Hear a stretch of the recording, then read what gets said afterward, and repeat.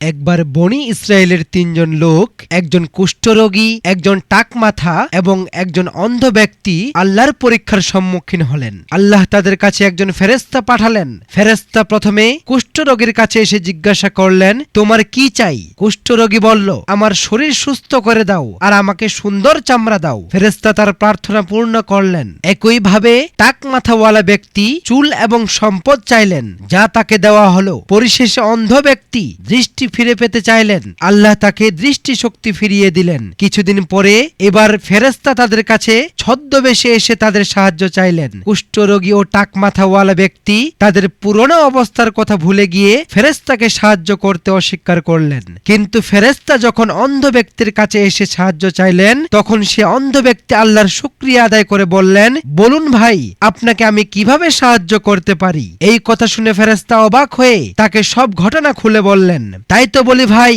কাউকে ছোট করে কখনো দেখবেন না, কারণ পৃথিবীর শ্রেষ্ঠ এবং সেরা জীব হলো মানুষ, আর আল্লাহ কাকে কখন কিভাবে পরীক্ষা করবে সেটা বলা মুশকিল।